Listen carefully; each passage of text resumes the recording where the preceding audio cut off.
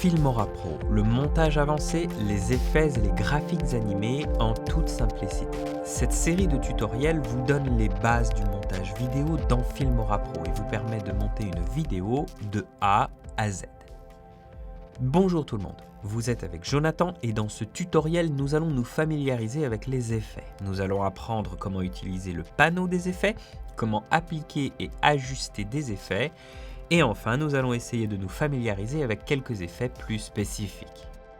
Filmora Pro possède un grand nombre d'effets, tous contenus dans le panneau des effets et organisés en dossiers. Une excellente façon d'en apprendre plus sur ces effets consiste à faire des expériences sur des clips et voir le résultat.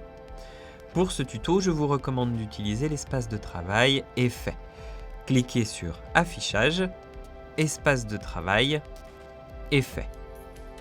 Dans le panneau des effets, nous pouvons personnaliser ce que nous voyons. Vous pouvez visualiser tous les effets ou seulement les effets vidéo, les effets audio, les pré-réglages, les transitions vidéo ou les transitions audio. Nous pouvons sélectionner pour les trier par ordre croissant ou décroissant. Si nous souhaitons trouver un effet en particulier, nous pouvons utiliser la barre de recherche située juste en haut. Alors pour appliquer un effet, nous devons glisser l'effet dans la timeline et le déposer dans le clip auquel nous souhaitons appliquer l'effet. L'effet apparaît alors dans le panneau des contrôles lorsque le clip en question est sélectionné. Ici, nous pouvons cliquer sur le carré pour activer ou désactiver l'effet. Si nous cliquons sur la petite flèche, les options liées à l'effet vont apparaître comme dans une liste déroulante. D'ici, nous pouvons ajuster l'effet comme nous le souhaitons ou nous pouvons lui appliquer un ajustement pré-réglé. La plupart des effets vont également posséder des options de contrôle dans le panneau de la visionneuse. Nous pouvons appliquer plus d'un effet au même clip. L'effet affiché en haut de la liste, dans le panneau des contrôles, sera celui qui sera appliqué en premier. Celui tout en bas de la liste sera donc celui appliqué en dernier. En glissant les effets pour réarranger leur ordre, le résultat final pourra être complètement différent. Voyons voir un aperçu de quelques effets et jetons un œil à leurs paramètres. Commençons avec les effets de flou. L'effet de flou basique affectera l'image dans sa globalité et la rendra de manière à ce qu'elle soit similaire à l'effet d'un objectif de caméra qui n'aura pas été mis au point. Dans le panneau des effets, nous pouvons modifier le rayon du flou.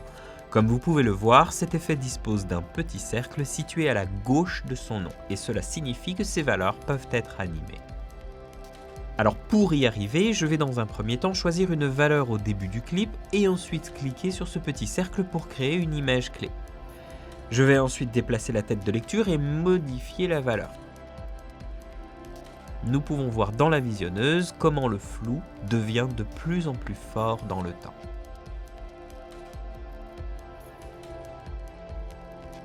Le flou diffus applique un flou doux et transparent, comme les effets représentant les rêves et les songes. Nous pouvons modifier son rayon et son opacité.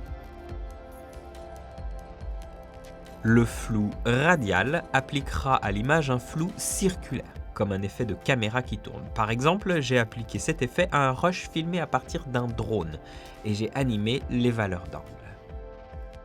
Le flou de zoom va imiter un rapide flou de mouvement. Je l'ai utilisé sur la prise de vue en mouvement de cette caméra et j'ai animé sa valeur en intensité. Les effets de la catégorie grunge permettent de donner à notre clip une apparence de film vieillot ou endommagé. L'effet grain de film, par exemple, va ajouter du bruit à notre clip pour imiter le visuel des films plus anciens. L'effet demi-ton va imiter les méthodes d'impression généralement liées aux vieux livres des comics américains. Vous y trouverez une version en noir et blanc ainsi qu'une autre en couleur. Les effets de tremblement vont animer la position du clip de manière à simuler un tremblement de caméra ou un tremblement de terre. J'ai créé une animation de tremblement dans ce clip en ajustant l'option de quantité au moment où les danseurs sautent. Les effets de lumière et de halo vont imiter certains des effets de la lumière frappant l'objectif d'un appareil photo. Par exemple, avec l'effet halo de lumière, nous pouvons modifier et animer sa position, son échelle ainsi que la position de son pivot. ou alors nous pouvons lui appliquer un ajustement pré-réglé. Les effets de la catégorie générée vont créer des éléments visuels à l'écran. L'effet de vidéo verticale est idéal lorsque nous souhaitons ajouter un clip vertical dans un projet vidéo horizontal. Cet effet permet de remplir les barres noires verticales sur les côtés avec des informations directement prises à partir du clip lui-même. L'esthétique du clip s'en retrouve bien plus rehaussée. L'effet PIP, Picture in Picture en anglais, signifie image dans l'image. Il réduit l'échelle de la vidéo et va la placer dans l'un des coins de l'écran. Ceci est extrêmement pratique si vous utilisez l'option d'enregistrement d'écran et de webcam dans vos vidéos, comme dans les tutoriels ou les vidéos de gameplay de jeux vidéo. Nous pouvons modifier son échelle et sa place dans l'écran. Dans le cas de ce clip qui a été enregistré avec un arrière-plan vert, nous pouvons également lui ajouter un effet pré-réglé d'incrustation d'écran vert, de manière à rendre l'arrière-plan transparent. L'effet boîte aux lettres va créer des bandes noires horizontales pour simuler une vidéo aux proportions plus larges. Cela aura pour effet de donner au clip un look plus cinématique. Nous pouvons modifier le rapport d'aspect ou choisir un pré-réglage.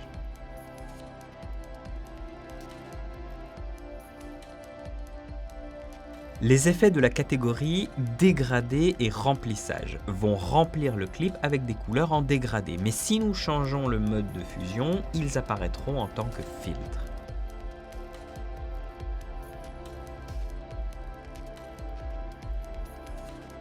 Les effets de la catégorie temporelle vont modifier le clip en fonction du temps. L'effet trajectoire crée un faux flou de mouvement sur des éléments qui bougent, sans affecter les objets qui ne sont pas en mouvement. Dans ce cas, cela affecte le danseur, mais pas l'arrière-plan. L'effet de vitesse change la vitesse de lecture.